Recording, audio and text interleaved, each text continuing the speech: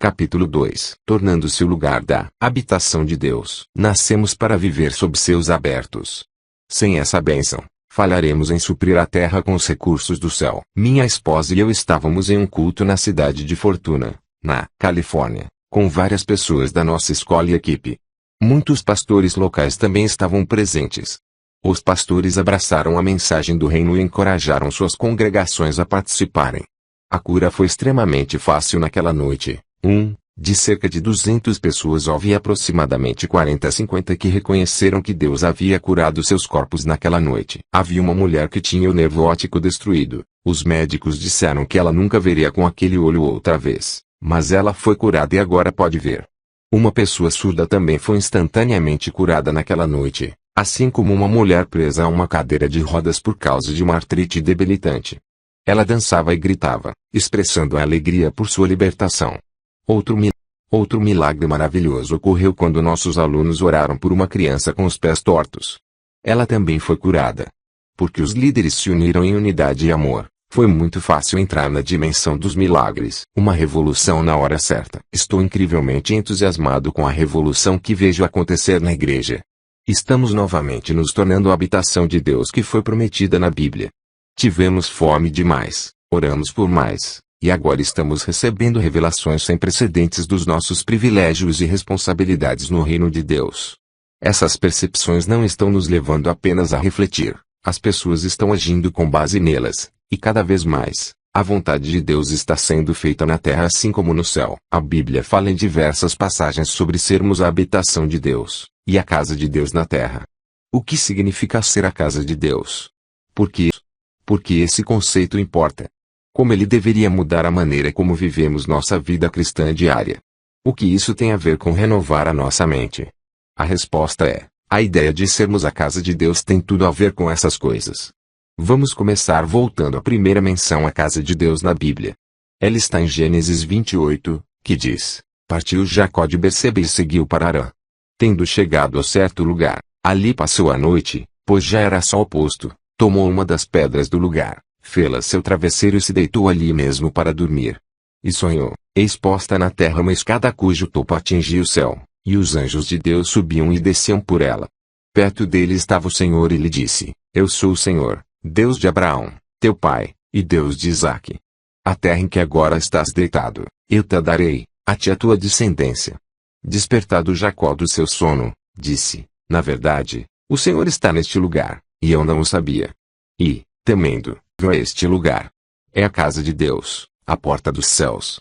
E é o lugar, cidade que outrora se chamava Luz, deu o nome de Betel. Gênesis 28, 10, 13, 16, 17, 19. Por ser a primeira menção na Bíblia à casa de Deus, essa passagem define a natureza desse assunto para o restante das vezes em que ele é citado. Existem diversos aspectos dessa casa aos quais devemos prestar atenção. Primeiro, Jacó disse: Deus está neste lugar e eu não o sabia. Isso nos diz que é possível estar na presença da casa de Deus, o que começaremos a definir dentro de um instante, e nem ao menos saber que ela está ali. Em outras palavras, sem uma revelação, no caso de Jacó, um sonho, podemos ignorar a presença e a obra de Deus em nossas vidas ou ao nosso redor. Estive em cultos e reuniões de igrejas e pude ver, repetidas vezes, Deus transformar a vida de uma pessoa dramática e completamente, enquanto a pessoa sentada ao lado dela nem sequer se dava conta de que Deus estava na casa. Geralmente essa pessoa está pensando no que vai comer quando chegar em casa, enquanto outras pessoas estão recebendo uma renovação espiritual total apenas a alguns centímetros de distância. Não sei como ou por que isso acontece, mas acontece o tempo todo. Um de meus antigos líderes na igreja, Cal Pierce, 2. Era alguém que confessava ser um membro entediado da diretoria quando eu cheguei para ser o pastor. Convoquei uma reunião especial de liderança por causa do que Deus estava começando a fazer na igreja pouco depois da nossa chegada. Estava óbvio que eu precisava apresentar esse novo mover de Deus aos nossos líderes para que eles pudessem realmente estar na linha de frente do movimento. Cal não gostou do que estava acontecendo na igreja e participava da reunião por obrigação. Mas Deus veio sobre ele em um dos mais soberanos atos que já testemunhei. O Espírito Santo veio sobre ele poderosamente e tomou posse dele para uma nova obra. Se o Espírito Santo tem garras, aquele homem experimentou o poder delas. Deus o alistou em determinado momento para algo novo. Ele já havia nascido de novo, estava indo para o céu, mas Deus tinha um propósito para a vida de Calpierce que era muito mais elevado do que ele estava experimentando. Deus sacudiu e lançou fora tudo o que o detinha. Mas enquanto ele experimentava essa transformação espiritual, havia muitos naquela sala que não sentiam nem entendiam nada. Eles estavam como Jacó antes do seu sonho. Deus estava ali, e eles não sabiam. Um céu aberto. Outra coisa importante sobre a casa de Deus é que ela funcionava sob um céu aberto, que significava que a esfera demoníaca havia sido rompida e havia clareza entre a dimensão do domínio de Deus e o que estava acontecendo na terra. Isso foi retratado no sonho de Jacó como uma escada com anjos subindo e descendo. Os anjos sobem quando completam uma missão, vêm quando completam uma missão e descem quando estão a caminho de executar uma tarefa sobrenatural. Deixe-me acrescentar uma observação. Muitas vezes falei e escrevi sobre como estou convencido de que muitos anjos têm estado esperando por décadas que os cristãos vivam o estilo de vida arriscado que Deus espera de nós. O trabalho deles é trazer a realidade do governo de Deus às situações que afligem e atormentam os humanos. Hebreus 1:14 nos diz: não são todos eles espíritos ministradores, enviados para serviço a favor dos que hão de herdar a salvação? Os anjos são necessários para completar a missão do Senhor. O Salmo 104:3 diz que Deus voa nas asas do vento. O vento é descrito como uma presença angelical. Na verdade, Deus é introduzido em uma situação montado na presença angelical. Eu ousaria dizer que você nunca seria envolvido em uma atividade sobrenatural se os anjos de Deus não estivessem se a executar essa missão. Por outro lado, um estilo de vida sem riscos tem pouca necessidade da assistência angelical. Jacó despertou do seu sonho e declarou que o lugar onde ele estava não era outro senão a casa de Deus. O que isso significava? Jacó não poderia estar falando de um abrigo físico porque não havia prédios ali, nem mesmo um pequeno abrigo onde ela pudesse se reclinar. Ele não poderia querer dizer que a casa de Deus era uma organização, uma tribo ou um grupo religioso, porque não havia outras pessoas por perto. Ele provavelmente estava tão confuso quanto qualquer um acerca do que o sonho significava, e até onde sabemos, Jacó não teve a resposta para o seu sonho enigmático, embora deva ter se perguntado sobre isso pelo restante de sua vida. A resposta veio centenas de anos depois na pessoa de Jesus, que era o cumprimento inicial desta profecia. João 1:14 diz: e o Verbo se fez carne e habitou entre nós, cheio de graça e de verdade, e vimos a sua glória. Glória como do unigênito do Pai. Habitou nesse versículo significa tabernacular. Jesus tabernaculou entre nós. Ele era a casa de Deus que se fez carne, o lugar onde Deus vivia. Ele foi o cumprimento inicial da imagem profética em Gênesis 28. A casa de Deus não era um prédio, um local ou uma denominação, mas uma pessoa. Observamos essa ilustração expandida mais tarde, no Evangelho de João. Então, exclamou Natanael: Mestre, tu és o Filho de Deus. Tu és o Rei de Israel. Ao que Jesus lhe respondeu: porque te disse que te vi debaixo da figueira, crês? Pois maiores coisas do que estas verás. E acrescentou: em verdade vos digo que vereis o céu aberto e os anjos de Deus subindo e descendo sobre o Filho do Homem. João 1:9-51. O cumprimento da casa de Deus teve início com Jesus. Ele foi a casa de Deus na terra. Mas esse conceito não parou com Jesus, longe disso. Ele foi o cumprimento inicial da casa de Deus, mas não o cumprimento final. Há uma grande diferença. Por exemplo, a sua conversão não foi a intenção final de Deus para você. Ela foi a intenção inicial de Deus que preparou você para o cumprimento final, que é que você seja cheio da sua plenitude, vivendo o estilo de vida cristã normal conforme definido pelo que acontece no céu. O cumprimento inicial de Deus da casa de Deus foi Jesus, o tabernáculo de Deus no planeta Terra. Mas depois Jesus disse aos seus discípulos em João 14:16, falando do Espírito Santo: e eu rogarei ao Pai, e ele vos dará outro Consolador, a fim de que esteja para sempre convosco. Paulo desenvolveu esse princípio em Coríntios 13:16, não sabeis que sois santuário de Deus e que o Espírito de Deus habita em vós. E em Efésios 2:19-22, assim, já não sois estrangeiros e peregrinos, mas concidadãos dos santos, e sois da família de Deus, edificados sobre o fundamento dos apóstolos e profetas, sendo ele mesmo, Cristo Jesus, a pedra angular, no qual todo o edifício, bem ajustado, cresce para santuário dedicado ao Senhor, no qual também vós juntamente estáis sendo edificados para a habitação de Deus no Espírito. Nós, a Igreja, os redimidos, somos o tabernáculo do Espírito Santo, a habitação eterna de Deus. Somos pedras vivas, de acordo com Pedro 2:4-5, juntamente edificados, construindo a habitação eterna de Deus. A casa de Deus somos nós. O sonho de Jacó não foi apenas com relação ao Messias. O sonho de Jacó não foi apenas com relação ao Messias, mas a respeito de você e eu, e cada crente nascido de novo ao longo da história. Ela é o coração da nossa própria identidade. A casa de Deus é a imagem da intenção de Deus para a sua vida e para tudo o que você faz.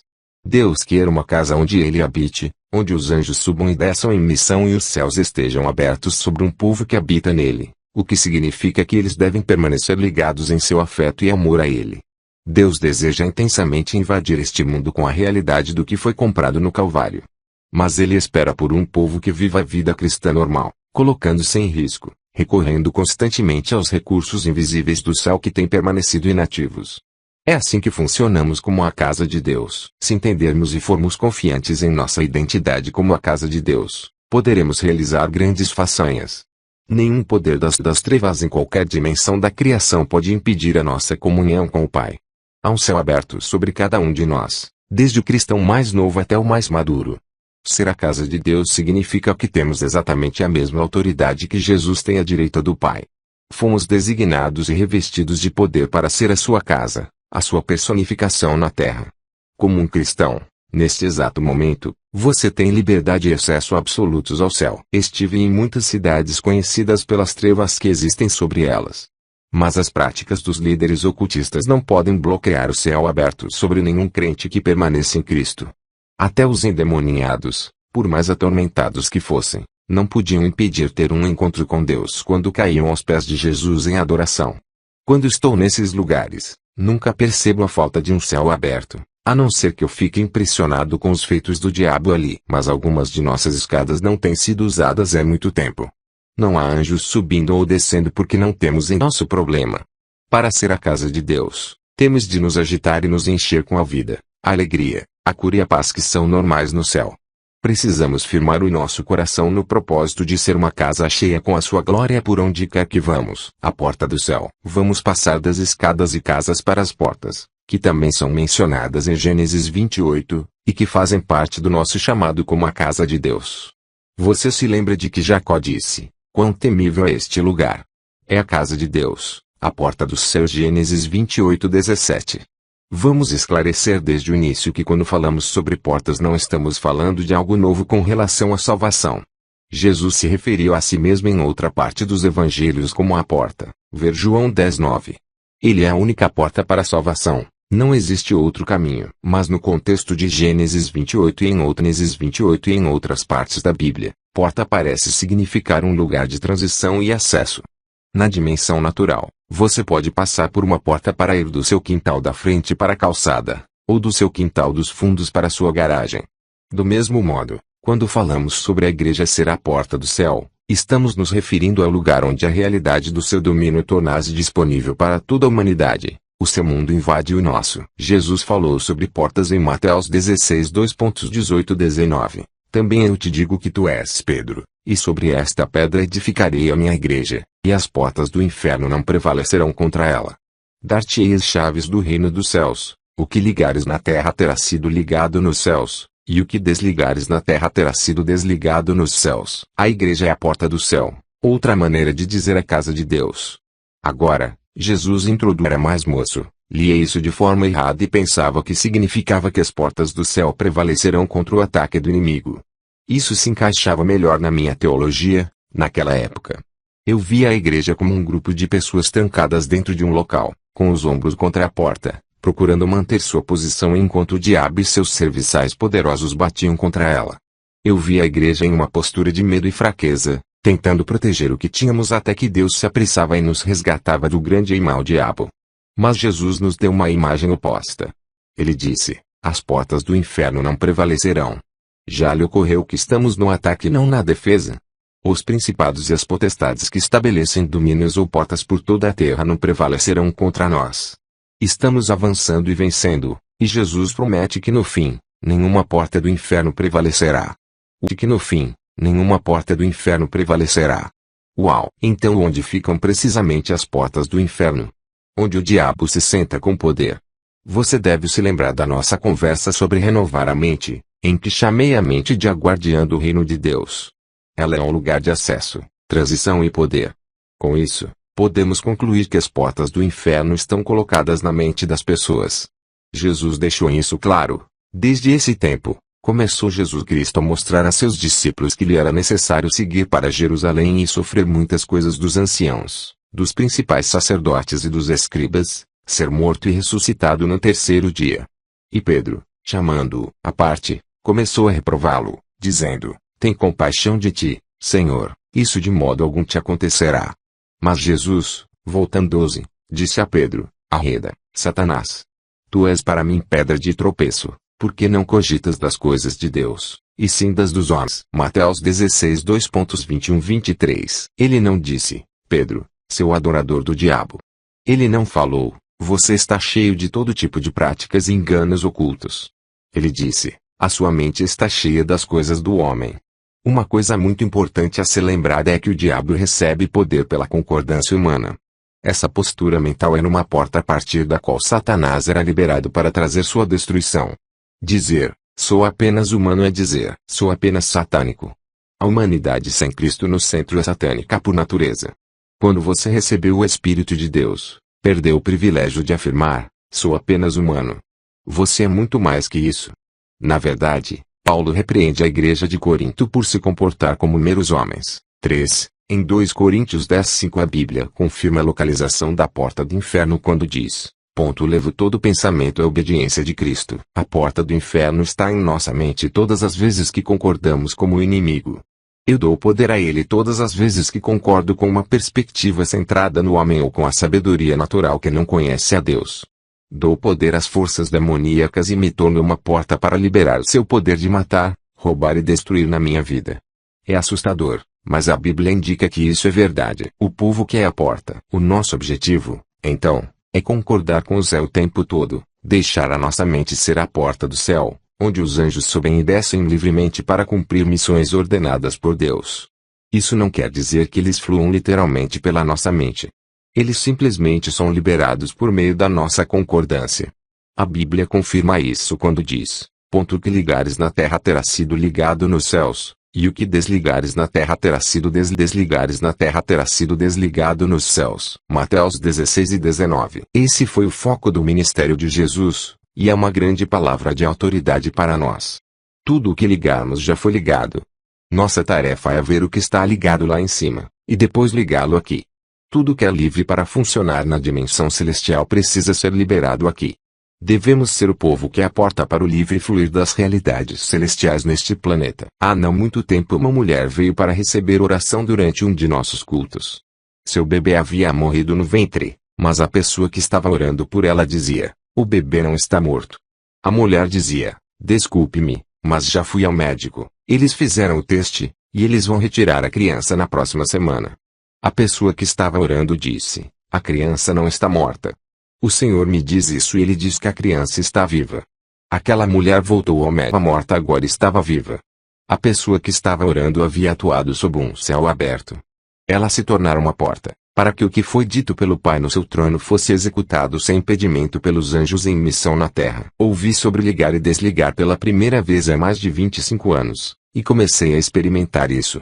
Um amigo que estava com um processo na justiça me procurou, e não havia dúvidas de que ele venceria, mas isso estava consumindo seu dinheiro por meio dos honorários advocatícios. O processo foi iniciado por alguém que tinha tanto dinheiro quanto a intenção de gerar tormentos para o meu amigo. Isso continuou por meses. Nós nos encontrávamos e orávamos, e eu amarrava aquele espírito de engano, mas nada acontecia. Então, um dia, ouvi um irmão ensinar sobre esse assunto de uma maneira mais completa. Eu estava amarrando o que não estava livre para funcionar no céu, mas não estava substituindo por nada. Encontrei o meu amigo e disse: precisamos orar novamente. Tenho amarrado o espírito de injustiça, mas precisamos liberar o espírito de justiça. Oramos juntos, amarrando o espírito de injustiça, o demônio do engano e da acusação, e liberando sobre a situação o espírito de justiça e revelação da verdade. Foi uma oração simples e direta. Ele me telefonou dentro de uma hora me notificando que o processo fora retirado. Dali em diante continuei a ver o mesmo tipo de resultado quando eu ligava e desligava. Comecei a aprender, com pequenos passos, a ser uma porta para que a realidade do céu tomasse posse de cada parte da minha vida, e das vidas das pessoas que me cercavam, independente do quanto a situação específica fosse grande ou pequena. Como sabemos o que é ligado e desligado no céu? Quem nos diz como é a realidade do céu? A única maneira. Quem nos diz como é a realidade do céu? A única maneira de saber essas coisas e de funcionar como a casa de Deus e a porta do céu é ter a revelação do que está acontecendo no céu. Do contrário, estamos atuando no escuro. Deus sempre quis liberar para o seu povo a verdade respaldada pela palavra das coisas que se encontram no céu, mas não tem paralelo na terra. Em João 13:12, Jesus disse: Se, tratando de coisas terrenas, não me credes, como crereis, se vos falar das celestiais? Jesus estava expressando um desejo de revelar coisas a nós sobre o que está acontecendo na dimensão espiritual que não tem correspondente na terra. Estou convencido de que à medida que o seu governo e o governo do seu reino aumentam nesta terra, como diz a Bíblia, do aumento do seu governo não haverá fim, e à medida que este planeta é envolvido pela glória de Deus, a Igreja receberá revelação como nunca em precedentes, cumprindo nosso destino de ser a casa de Deus, a porta do céu. Mas primeiro precisamos aprender a ter fome de revelação e a receber revelação como parte da nossa vida diária. Essa revelação nos ajudará a executar as nossas missões terrenas com maior exatidão e sabedoria. A seguir, vamos falar sobre revelação, e a respeito de como saber o que está acontecendo no céu.